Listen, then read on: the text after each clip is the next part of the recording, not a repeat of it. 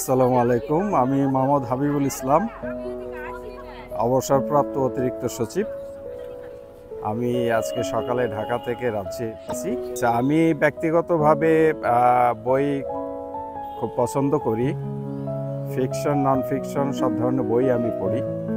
তবে তার মধ্যে আমার সবচাইতে ভালো লাগে ভ্রমণ কাহিনী। শুরুর কথা বলতে গেলে আমার বই পড়ার হাতেখড়ি হচ্ছে আমার বয়সী আরও অনেকের মতোই মাসুদ রানা এবং কুয়াশা সিরিজ দিয়ে।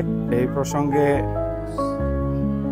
আমাদের বিখ্যাত কথা সাহিত্যিক ঔপন্যাসিক হুমায়ুন আহমেদের কথা না বললেই না।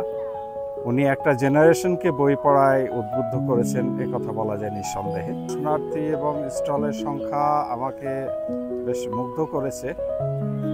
আমি আশাবাদী যে আর দু একদিনের পরেই বইমেলা আরও জমজমাট হয়ে উঠবে।